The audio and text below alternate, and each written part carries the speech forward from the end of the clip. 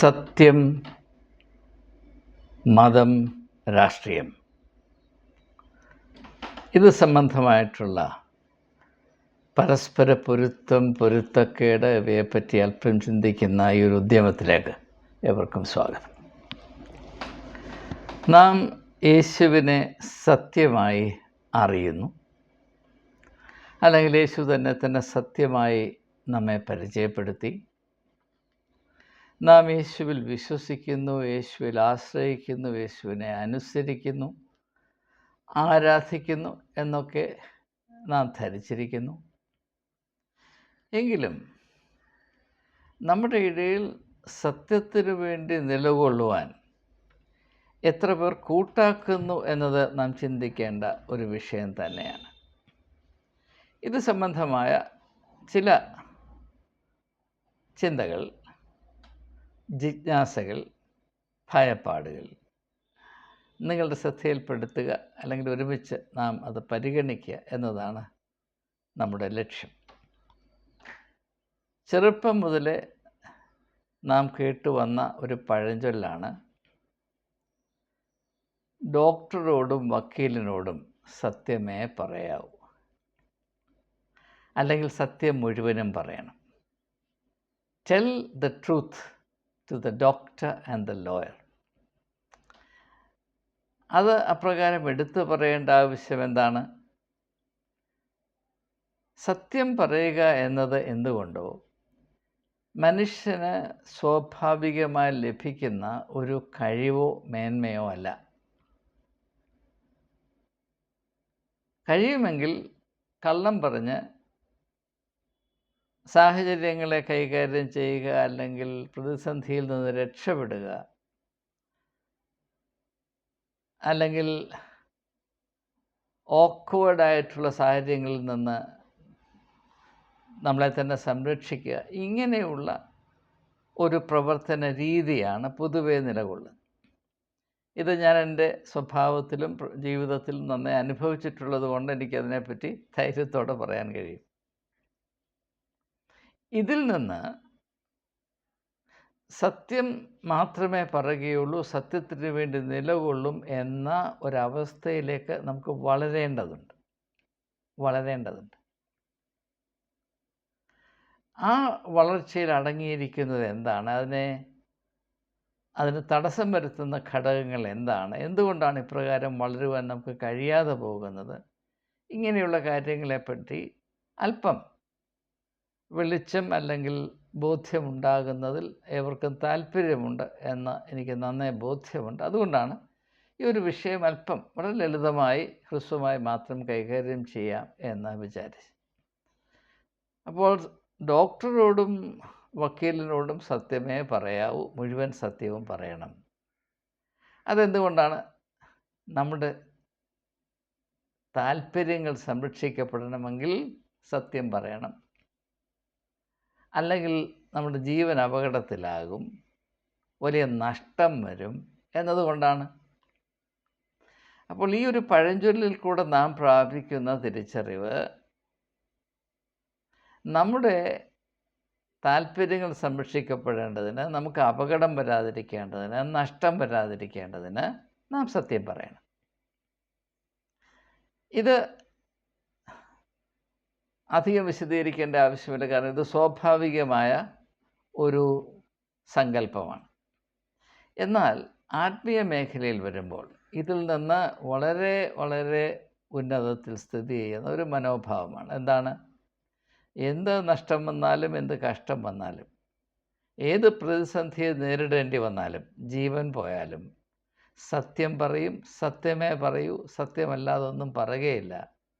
അല്ലെങ്കിൽ ഞാൻ അറിയുന്ന സത്യം ഞാൻ സാക്ഷീകരിക്കും, അതിനെപ്പറ്റി ഞാൻ മൗനം ആയിരിക്കുകയില്ല എന്നുള്ള ആ ഒരു പ്രതിഷ്ഠ, കമ്മിറ്റ്മെൻറ്റ് എന്ന് ഇംഗ്ലീഷിൽ പറയും. അത് ഒരു പ്രത്യേകമായ അവസ്ഥയാണ്. ആ ഒരവസ്ഥയിൽ എത്തിച്ചേരുന്ന വ്യക്തികളുടെ വ്യക്തിത്വത്തിന് ഒരു വലിയ പ്രത്യേകതയുണ്ട്, വലിയ വിലയുണ്ട്, വലിയ മാഹാത്മ്യമുണ്ട്. ആ മാഹാത്മ്യം എത്ര വലുതാണ് എന്നാണ് യേശു തൻ്റെ ജീവിതത്തിൽ കൂടെ നമ്മെ അറിയിച്ചിരിക്കുന്നത്. യേശുവിൻ്റെ വ്യക്തിത്വത്തിന് അനിതര സാധാരണമായ ആകർഷണ ശക്തി ഉണ്ടായിരുന്നു. അതേവരും ഒന്നുപോലെ സമ്മതിക്കുന്നതാണ്. ആരാധകരും ശത്രുക്കളും ഒന്നുപോലെ ആ ആകർഷണ വലയത്തിൽ പെട്ടിരുന്നു. ശത്രുക്കൾ ആ ആകർഷണം അനുഭവിച്ചപ്പോൾ അവർക്ക് കോപമുണ്ടായി, അവനെ കൊല്ലുവാൻ തീരുമാനിച്ചു. സാധാരണ ആളുകൾ അതിൻ്റെ അനുഗ്രഹം പ്രാപിപ്പാൻ ഹൃദയശുദ്ധിയും വിശാലതയുമുള്ളവരായിരുന്നു. അവരവനെ അനുഗമിച്ചു. ഇതാണ് നാം സുവിശേഷത്തിൽ കാണുന്നത്. യേശുവിൻ്റെ പേരിൽ, യേശുവിൻ്റെ അധികാരത്തിൻ്റെ കീഴിൽ എന്ന അനുമാനത്തിൽ സൃഷ്ടിക്കപ്പെട്ടിരിക്കുന്ന സഭകൾ അവ ഏത് തോതുവരെ സത്യത്തെ അറിയുകയും സത്യത്തിനു വേണ്ടി നിലപാടുകൾ സ്വീകരിക്കുകയും ചെയ്യുമെന്ന് നമുക്ക് ചിന്തിക്കേണ്ട ആവശ്യമുണ്ട്, ഗൗനിക്കേണ്ട കടമയുമുണ്ട്. എന്നാൽ ഇവിടെ നാം മനസ്സിലാക്കേണ്ട കാര്യം, സ്വാഭാവികമായി നമ്മുടെ ചായ്വ് എപ്പോഴും നമ്മുടെ താല്പര്യങ്ങൾ സംരക്ഷിക്കുക എന്നതിലാണ്. അതുകൊണ്ടാണ് ഈ ആപ്തവാക്യത്തിൽ ഡോക്ടറോടും വക്കീലിനോടും സത്യം പറയണം എന്ന ഈ ഒരു ആപ്തവാക്യത്തിൽ അടങ്ങിയിരിക്കുന്നത്. അങ്ങനെ സത്യം പറഞ്ഞില്ല എങ്കിൽ നിങ്ങൾക്ക് വലിയ പ്രശ്നം വരും, അതുകൊണ്ട് നിങ്ങൾ സത്യം പറയണം. എന്നാൽ ആ സമയത്ത് ആരും ചോദിക്കുകയില്ല, പ്രശ്നം വന്നാലും ഛേദം വന്നാലും പ്രതിസന്ധിയിൽ ഉൾപ്പെട്ടു പോയാലും ഞാൻ സത്യം പറയണ്ടേ? സത്യത്തിന് ഞാൻ കൊടുക്കേണ്ട വില എന്താണ്? എൻ്റെ സൗകര്യമനുസരിച്ചുള്ള സത്യം മാത്രം ഞാൻ പറഞ്ഞാൽ മതിയോ? എൻ്റെ താല്പര്യങ്ങൾ സംരക്ഷിക്കുക എന്ന ഏക ലക്ഷ്യമനുസരിച്ച് മാത്രം ഞാൻ സത്യം പറഞ്ഞാൽ മതിയോ? അതോ സത്യത്തിന് ഏത് സാഹചര്യത്തിലും അത് അർഹിക്കുന്ന വില ഞാൻ കൽപ്പിക്കണമോ എന്നത് ആത്മീയമായി പക്വതയുള്ള വ്യക്തികൾ ചോദിക്കേണ്ട ചോദ്യം തന്നെയാണ്. യേശുവിൽ നാം കാണുന്ന മാഹാത്മ്യം എത്രമാത്രം നഷ്ടം, കഷ്ടം, പ്രതികൂലം സഹിക്കേണ്ടി വന്നാലും സത്യം സത്യം തന്നെയാണ്. ഇത് മനസ്സിലാക്കുവാനും അതുപോലെ ആചരിപ്പാനുമുള്ള ഒരു വലിയ വെല്ലുവിളി ആത്മീയഗോളത്തിൽ സ്ഥിതി ചെയ്യുന്നുണ്ട്. എന്നാൽ പ്രത്യേകിച്ച് നമ്മുടെ കാലത്ത് പരക്കെ ആളുകൾ വിശ്വസിക്കുന്ന, അല്ലെങ്കിൽ നമ്മുടെ മധ്യത്തിൽ കുടികൊള്ളുന്ന അടിയിരുപ്പ്, ഇത് സംബന്ധമായിട്ടുള്ള സങ്കല്പം എന്താണ്? അതൊക്കെ യേശുവിനെ കൊണ്ടുവെക്കും, ഞങ്ങളെ കൊണ്ടുവെക്കത്തില്ല. എന്നാൽ അതേസമയം ഞങ്ങൾ യേശുവിനെ അനുസരിക്കുകയും അനുഗമിക്കുകയും ചെയ്യുന്നവരാണ്. അവനാണ് ഞങ്ങളുടെ കർത്താവ്.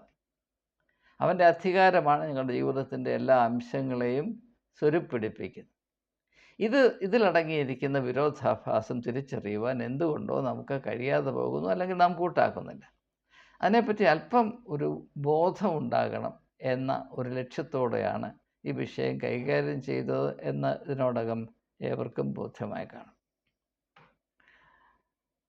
നാം ചില സംഭവങ്ങളിൽ കൂടെ, സാഹചര്യങ്ങളിൽ കൂടെ ഈ ഒരു യാഥാർത്ഥ്യത്തെ പരിഗണിക്കുമ്പോൾ കുറച്ചുകൂടെ സ്പഷ്ടത പ്രാപിപ്പാൻ കഴിയുന്നതുകൊണ്ട് മാത്രം ഞാൻ ചില കാര്യങ്ങൾ ഉദ്ധരിക്കാൻ പോവുകയാണ്. 1-2 ഉദാഹരണങ്ങൾ മാത്രം.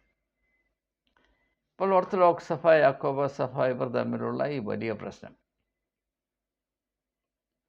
ഓർത്തഡോക്സ് സഭ പറയുന്നത് ഞങ്ങൾക്ക് സുപ്രീം കോടതിയുടെ വിധിയുണ്ട്, അതുകൊണ്ട് യാക്കോബ സഭയുടെ എല്ലാ പള്ളികളും അതിൻ്റെ സ്ഥാപന ജംഗമ സ്വത്തുക്കളും ഞങ്ങളുടെ അവകാശമാണ്.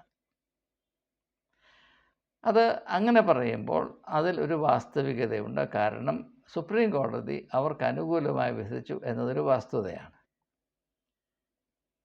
എന്നാൽ അതേസമയം തന്നെ ആ നിലപാടെടുക്കുമ്പോൾ ഓർത്തഡോക്സ് സഭയുടെ ചുമതലക്കാർ, ബാവ തൊട്ടുള്ള പരിശുദ്ധന്മാർ മനഃപൂർവ്വം ഉപേക്ഷിച്ച് കളയുന്ന ഒരു സത്യമുണ്ട്. അതെന്താണ്?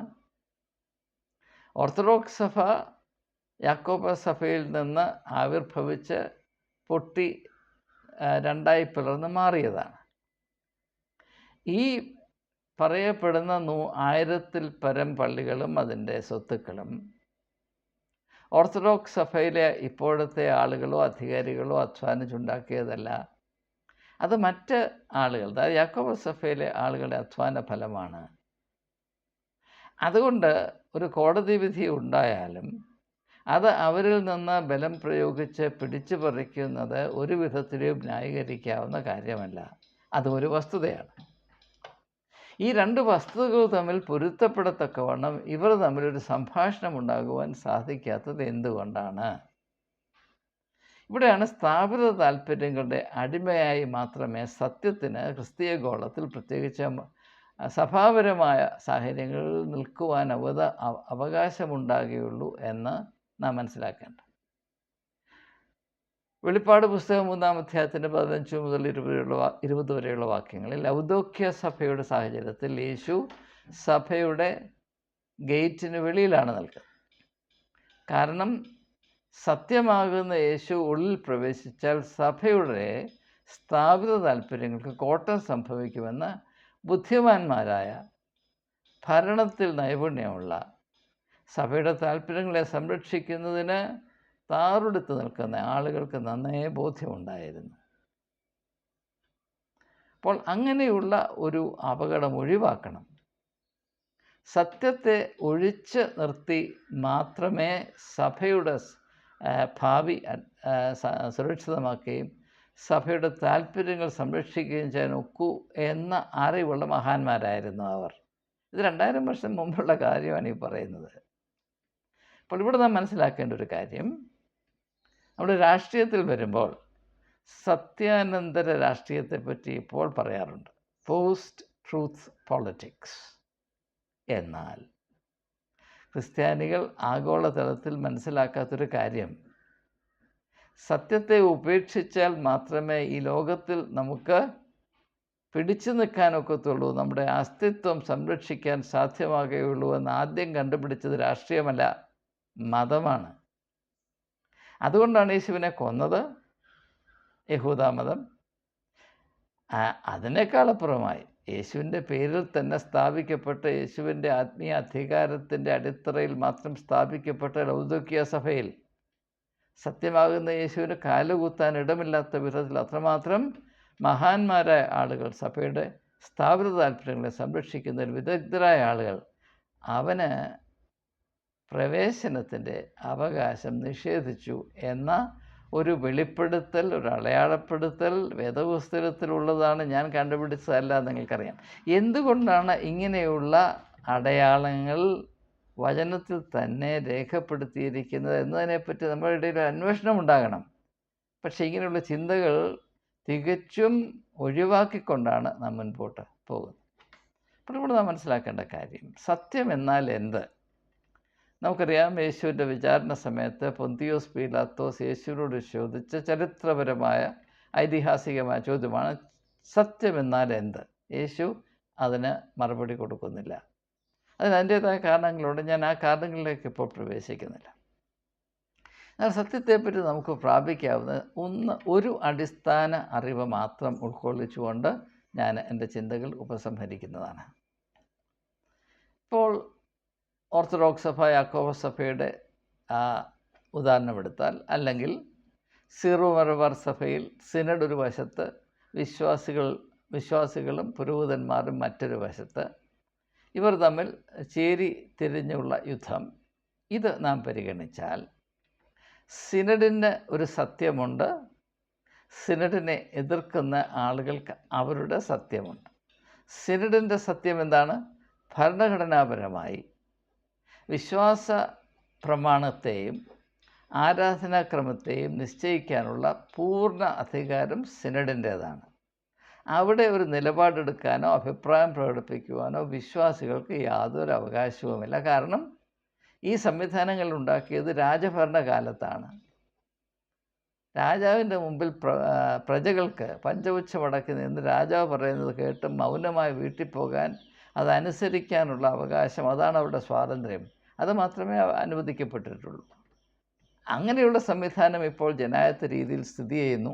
അപ്പോൾ ജനായത്ത ഭരണപരമായി ഡെമോക്രാറ്റിക് ആയിട്ടുള്ള ചിന്താഗതികളും കാഴ്ചപ്പാടുകളും ഈ രാജകീയമായ പ്രസ്ഥാനത്തിൻ്റെ ഉള്ളിലേക്ക് പ്രവേശിക്കാൻ തുടങ്ങിയാൽ എന്ത് സംഭവിക്കും? അതിൻ്റെ ഒരു ഉദാഹരണമാണ് ഇപ്പോൾ നാം സീറോ മലബാർ സഭയുടെ അവസ്ഥയിൽ കണ്ടുകൊണ്ടേയിരിക്കുന്നത്. അപ്പോൾ സിനഡിൻ്റെ സത്യം, സിനഡിനെ എതിർക്കുന്ന വിശ്വാസികളുടെ സത്യം, ഇത് രണ്ടും സത്യത്തിൻ്റെ കഷണങ്ങൾ മാത്രമാണ്. സത്യത്തിൻ്റെ കഷണങ്ങൾ അസത്യത്തേക്കാൾ ശല്യം ചെയ്യും, അപകടമാണ്, പൈശാചികമാണ്. അത് യാതൊരു സംശയവുമില്ല. യേശുവിൻ്റെ ക്രൂശീകരണത്തിൽ തന്നെ ഈ അസത്യത്തിൻ്റെ അല്ലെങ്കിൽ അർത്ഥസത്യങ്ങളുടെ പ്രസരിപ്പാണ് നാം കാണുന്നത്. അപ്പോൾ അതുകൊണ്ട് നാം ഇവിടെ മനസ്സിലാക്കേണ്ട ഒരു കാര്യം, സത്യം എന്നാൽ എന്ത്? ഏറ്റവും ലളിതമായി പറഞ്ഞാൽ, എനിക്ക് ഒരു എതിരാളി ഉണ്ടെങ്കിൽ അവനും തുല്യമായി നന്മ ചെയ്യുന്നത് എന്താണോ അതാണ് സത്യം. എനിക്കും എന്നേക്കാൾ വ്യത്യസ്തമായി ചിന്തിക്കുന്ന ആളുകൾക്കും നന്മ വരുത്തുന്നത് എന്താണോ അതാണ് സത്യം. അല്ല, എനിക്ക് നേട്ടം മാത്രം വരുത്തുകയും മറ്റാർക്കെങ്കിലും കോട്ടം വരുത്തുകയും ചെയ്യുന്നത് ഒന്നും സത്യമാകുകയില്ല, യാതൊരു സംശയവുമില്ല. അതുകൊണ്ടാണ് സ്ഥാപിത താല്പര്യങ്ങളുടെ സംരക്ഷകരായിട്ടുള്ള ആളുകൾ എപ്പോഴും ഒന്നുകിൽ അസത്യം അല്ലെങ്കിൽ അർത്ഥസത്യങ്ങൾ ഉയർത്തിപ്പിടിക്കാൻ ശ്രമിക്കുന്നത്. നമുക്കറിയാം, രാഷ്ട്രീയത്തിൽ പ്രോപ്പഗാൻഡയ്ക്ക് വലിയ വിലയുണ്ട്. ഇപ്പോൾ ഇലക്ഷൻ നടക്കുന്നു, പ്രോപ്പഗാൻഡ മാത്രമാണ്. പ്രോപ്പഗാൻഡ എന്ന് പറഞ്ഞാൽ അസത്യത്തെ സത്യം പോലെ അവതരിപ്പിക്കുന്ന കലാപരിപാടിയുടെ മാന്യമായ പേരാണ് ഈ പ്രോപ്പഗാൻഡ എന്നുള്ളത്. അപ്പോൾ ഇന്ന് തന്നെ ഭാരതത്തിൻ്റെ പ്രൈം മിനിസ്റ്ററായ മോദി അയോധ്യയിൽ നടത്തിയ പ്രസംഗം എന്താണ്? ഇന്ത്യ സഖ്യം അധികാരത്തിൽ വന്നാൽ അവർ ബുൾഡോസുകൾ അയച്ച് നിങ്ങളുടെ അമ്പലത്തെ, അയോധ്യ അമ്പലം, രാമക്ഷേത്രത്തെ പൊളിച്ചു കളയും. ഏത് അടിസ്ഥാനത്തിലാണ് അദ്ദേഹം പറയുന്നത്? ഇപ്പോൾ ഇന്ത്യയിൽ ബുൾഡോസുകളുണ്ട്, അതൊരു വസ്തുതയാണ്. അയോധ്യയിൽ രാമക്ഷേത്രം സ്ഥിതി ചെയ്യുന്നു, അതൊരു വസ്തുതയാണ്. ബുൾഡോസ് വന്ന് അമ്പലത്തിൽ മുട്ടിയാൽ അമ്പലം ഇടിഞ്ഞു വീഴും, അതും വസ്തുതയാണ്. പക്ഷേ പ്രശ്നം എന്താണ്? ഈ മൂന്ന് വസ്തുതകളെയും കോർത്തിണക്കുന്ന ഒരു നൂലില്ല. കാരണം ഇന്ത്യ സഖ്യം അത് ഉണ്ടായ ശേഷം ഇന്ന് വരെ രാമക്ഷേത്രം ഇടിച്ചു കളയുമെന്ന് പറഞ്ഞിട്ടില്ല. അത് ഈ മാന്യദേഹം സ്വന്തം പോക്കറ്റിൽ നിന്നിട്ട് പറയുന്നതാണ്. അതെന്തുകൊണ്ട് പറയുന്നു? തൻ്റെ രാഷ്ട്രീയ ലാഭം അത് നിലനിർത്തുന്നതിനും തൻ്റെ എതിരാളികളുടെ അവസ്ഥ പരിതാപമാക്കുന്നതിനും എന്തൊക്കെ ചെയ്യാം എന്നന്വേഷിക്കുമ്പോൾ അവിടെയും ഇവിടെയും സ്ഥിതി ചെയ്യുന്ന വസ്തുതകളെ പെറുക്കിയെടുത്ത് അത് താൻ തന്നെ കണ്ടുപിടിച്ച യാതൊരു വിധത്തിലും യാഥാർത്ഥ്യമല്ലാത്ത ഒരു നൂലുകൊണ്ട് കോർത്തിണക്കി അപകടത്തിൻ്റെ ഒരു മാലയുണ്ടാക്കി തന്നെ ശ്രവിക്കുന്ന ആളുകളുടെ മനസ്സിലത് കുരുക്കി വെക്കുകയാണ്. എന്തുകൊണ്ട് ചെയ്യുന്നു? ലാഭേച്ഛ കൊണ്ട് ചെയ്യുന്നു, സ്വാർത്ഥ താല്പര്യങ്ങളുടെ പ്രസരിപ്പ് കൊണ്ട് ചെയ്യുന്നു. ഇത് രാഷ്ട്രീയത്തിലും മതത്തിലും ഒന്നുപോലെ പ്രവർത്തിക്കുന്നതാണ്. ഇത് ശ്രീ നരേന്ദ്രമോദി ചെയ്തത് കൊണ്ട് അദ്ദേഹം ഇപ്രകാരം തന്നെ മതത്തിൽ പ്രവർത്തിക്കുന്ന ആളുകളെക്കാൾ ഏതെങ്കിലും വിധത്തിൽ അധമനാണ് എന്ന് ഞാൻ പറയുകയില്ല. കാരണം ഇത് തന്നെയാണ് മതത്തിൻ്റെ ചരിത്രത്തിൽ ആദ്യം മുതലേ പ്രവർത്തിച്ചു കൊണ്ടേയിരുന്നത്. അല്ലെങ്കിൽ കത്തോലിക്കരും പ്രൊട്ടസ്റ്റൻ്റുകാരുമായിട്ട് നൂറ്റാണ്ടുകളായി യുദ്ധം നടക്കുമായിരുന്നില്ല. അവർ നടത്തിയ യുദ്ധങ്ങളെല്ലാം സത്യത്തിൻ്റെ പുറത്തായിരുന്നു, ഇല്ലേ? അവർക്ക് താല്പര്യമുള്ള സത്യം. കേരളത്തിൻ്റെ മണ്ണിലും ഈ നാടകം അരങ്ങേറിക്കൊണ്ടേയിരിക്കുകയാണ്. പക്ഷേ അതെന്തുകൊണ്ടാണ് എന്ന് പൊതുജനം തിരിച്ചറിയുന്നില്ല.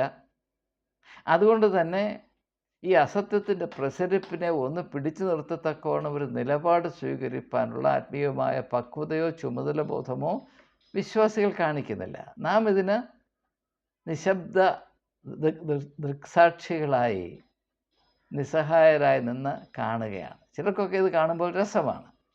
പിന്നെ ഈ രണ്ട് സഭകളെ നോക്കുമ്പോൾ ആർക്ക് നേട്ടം അവർക്ക് തിമിർപ്പും, ആർക്ക് നഷ്ടം അവർക്ക് കവർപ്പുമാണ്. ഇതൊരിക്കലും സത്യമാകുകയില്ല. ഇപ്പോൾ സുപ്രീം കോടതി പറഞ്ഞാലും അത് സത്യമാകുകയില്ല, യാതൊരു സംശയവും വേണ്ട. അപ്പോൾ സുപ്രീം കോടതി ഒരു വേർഡിക്റ്റ് കൊടുത്തു എന്ന് പറയുന്നു. ഒരുപക്ഷെ നിങ്ങൾക്കറിയാം, വേർഡിക്റ്റ് അല്ലെങ്കിൽ വിധി എന്ന വാക്ക് ഇംഗ്ലീഷിൽ വേർഡിക്റ്റ് എന്നാണ് പറയുന്നത്. VERDICT. ഈ വാക്ക് ലാറ്റിൻ ഭാഷയിൽ നിന്ന് ഉത്ഭവിച്ചതാണ്. ആ ലാറ്റിൻ ഭാഷയിൽ ഈ വാക്കിൻ്റെ മൂല അർത്ഥം സത്യം പറയുക എന്നുള്ളതാണ്.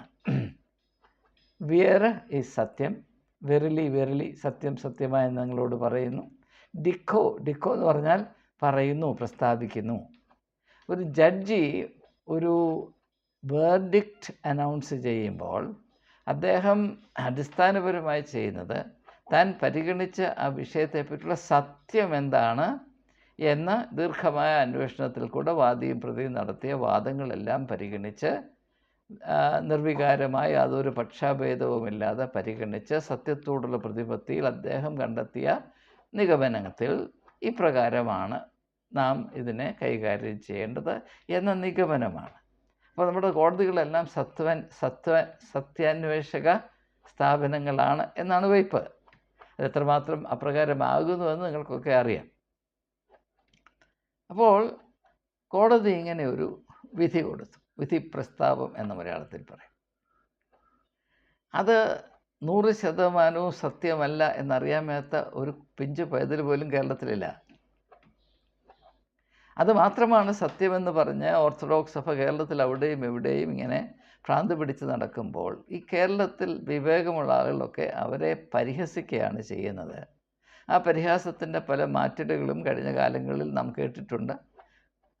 എന്നാൽ അത് എന്തുകൊണ്ടോ ഓർത്തഡോക്സ് കർണപുടങ്ങളിൽ പതിക്കുന്നില്ല. അതൊരു പ്രത്യേകതയാണ്, നമുക്ക് മനസ്സിലാക്കാവുന്ന പ്രത്യേകതയാണ്. ഞാനിത് പറഞ്ഞു വരുന്നത്, ഒന്നുകിൽ നാം അസത്യത്തിൻ്റെ അടിമകളാണ്, അല്ലെങ്കിൽ സത്യം നമ്മളെ സ്വതന്ത്രരാക്കി.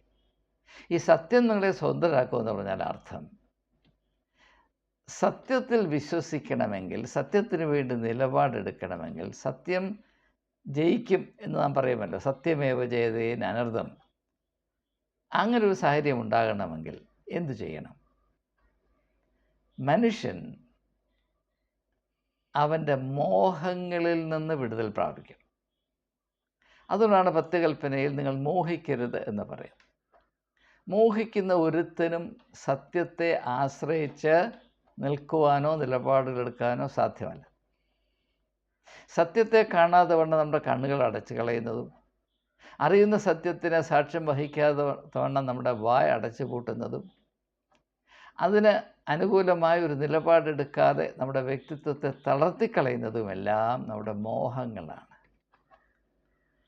ഇവിടെ നാം പ്രത്യേകമായി മനസ്സിലാക്കേണ്ട കാര്യം, human beings act only out of their desires.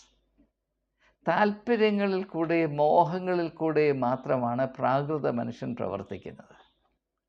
അപ്രകാരമുള്ള വികാരങ്ങളോടുള്ള അടിമത്വത്തിൽ നിന്ന് മനുഷ്യനെ വിടുവിച്ച് സർവലൗകികമായ യാഥാർത്ഥ്യബോധത്തെ ആസ്പദമാക്കി എല്ലാവരുടെയും പൊതു നന്മ ലക്ഷ്യമാക്കി നിലപാടുകൾ എടുക്കത്തക്കവണ്ണം മനുഷ്യനെ ഈ മോഹങ്ങളുടെ അടിമത്വത്തിൽ നിന്ന് വിടുവിച്ച് ആത്മീയമായ സ്വാതന്ത്ര്യത്തിലേക്ക് വഴി നടത്തി അവരെ സത്യത്തിൻ്റെ അടിസ്ഥാനത്തിൽ ജീവിക്കുവാനും സത്യത്തിൻ്റെ സാക്ഷികളായി പ്രവർത്തിക്കുവാനുമുള്ള ആത്മീയ വളർച്ചയും പക്വതയും നൽകുക എന്നതായിരുന്നു യേശുവിൻ്റെ ലക്ഷ്യം.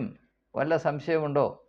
അതുകൊണ്ടാണ് പുത്രൻ നിങ്ങളെ സ്വതന്ത്രരാക്കിയാൽ നിങ്ങൾ സാക്ഷാൽ സ്വതന്ത്രരാകും. പുത്രൻ ആരാണ്? ഞാൻ തന്നെ വഴിയും സത്യവും ജീവനുമാകുന്നു. സത്യം നിങ്ങളെ സ്വതന്ത്രരാക്കും. ഇതെല്ലാം വളരെ വ്യക്തമായി നമ്മുടെ മുമ്പിൽ സ്ഥിതി ചെയ്യുകയാണ്. പക്ഷേ സഭയുടെ താല്പര്യം വരുമ്പോൾ അസത്യം പറയുക എന്നത് നമ്മുടെ പരിപാവനമായ കടമയാണ്. ഒരു ഉത്തമ ഉദാഹരണമാണ് കാര്യം ചെയ്ത ഓർത്തഡോക്സ് ബാവ. അദ്ദേഹം പരുമലയിൽ നിന്ന് നടത്തിയ അവസാനത്തെ പ്രസംഗത്തിൽ അദ്ദേഹം എന്താണ് പറഞ്ഞത്? നിങ്ങൾക്ക് ഇപ്പോഴും യൂട്യൂബിൽ ആ പ്രസംഗം കാണാം.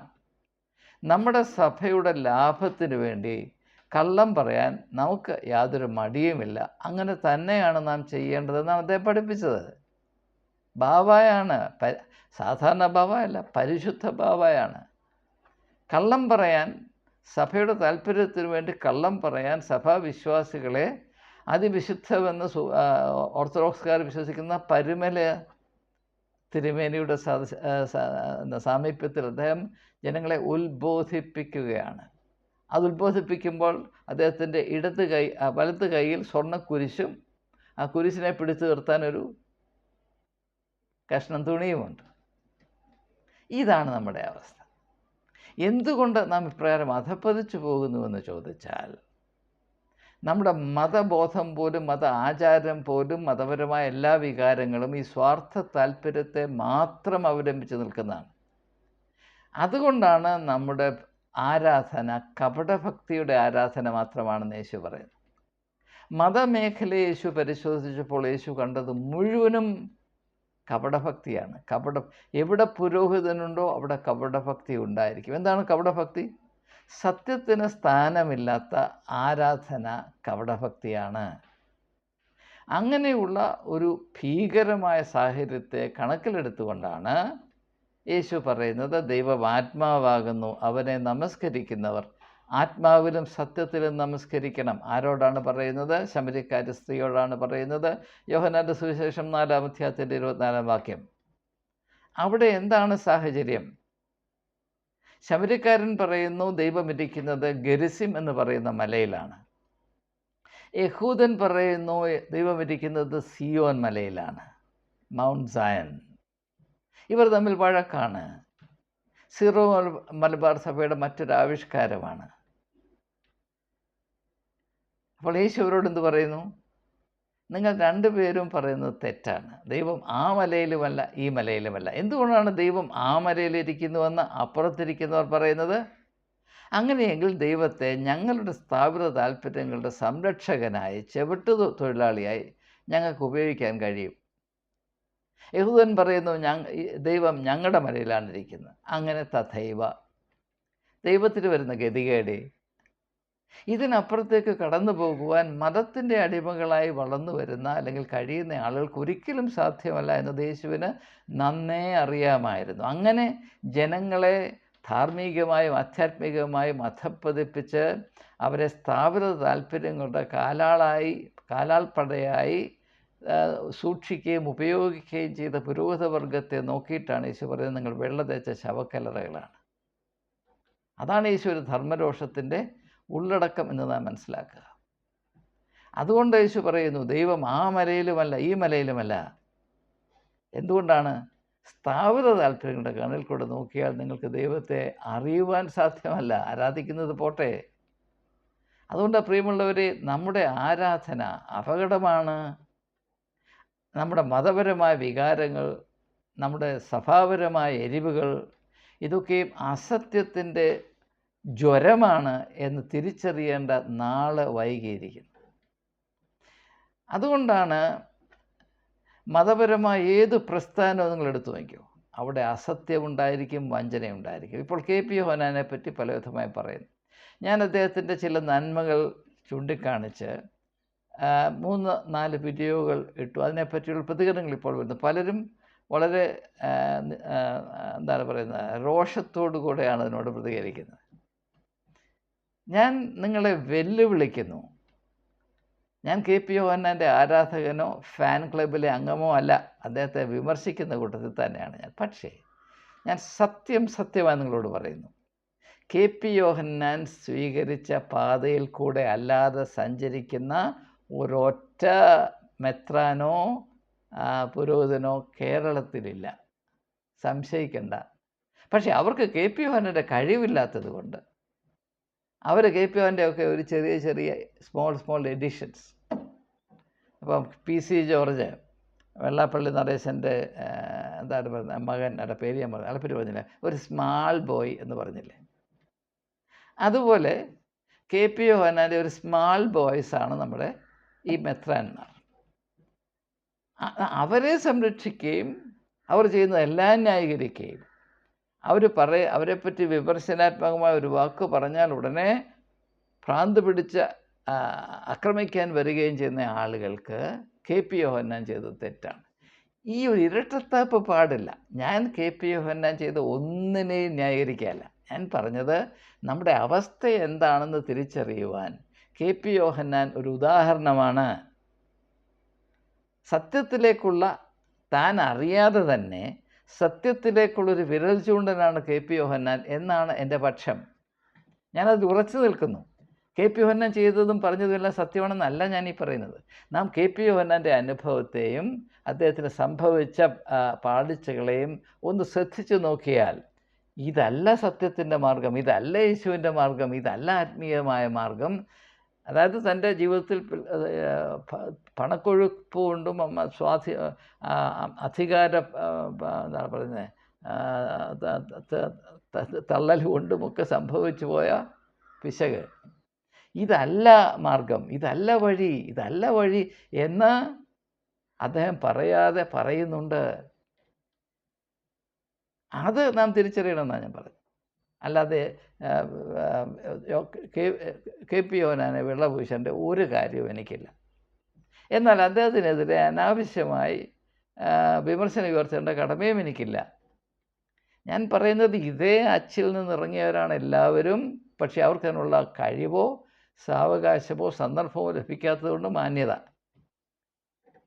ഇത് പാടില്ല.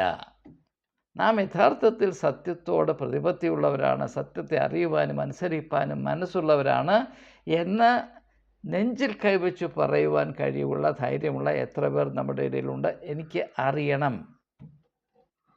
ഞാൻ എൻ്റെ തന്നെ ബലഹീനത നിങ്ങളുടെ മുമ്പിൽ അവതരിപ്പിച്ചുകൊണ്ട് പറയുകയാണ്. പല അവസരങ്ങളിലും ഞാൻ ചൂളിപ്പോയിട്ടുണ്ട്. എന്നാൽ പല അവസരങ്ങളിലും ദൈവകൃപയാൽ പിടിച്ചു നിൽക്കാനും ഇടയായിട്ടുണ്ട്. അതുകൊണ്ട് ഈ രണ്ടവസ്ഥയും തമ്മിൽ താരതമ്യപ്പെടുത്തി എവിടെയാണ് യഥാർത്ഥത്തിൽ ദൈവികമായ വെളിച്ചമെന്ന് സാക്ഷീകരിപ്പാൻ എനിക്ക് കഴിയും. അതൊരു അനുഗ്രഹിക്കപ്പെട്ട അവസ്ഥയാണ് എന്നെനിക്ക് ആത്മാർത്ഥമായി പറയാൻ കഴിയും. എല്ലാവരും ആ അനുഗ്രഹിക്കപ്പെട്ട അവസ്ഥയിലേക്ക് ഉയർത്തപ്പെടട്ടെ എന്ന വലിയ ആഗ്രഹമാണ് ഇങ്ങനെയുള്ള ചിന്തകൾ നിങ്ങളുമായി പങ്കിടുവാൻ എന്നെ പ്രേരിപ്പിക്കുന്നത്.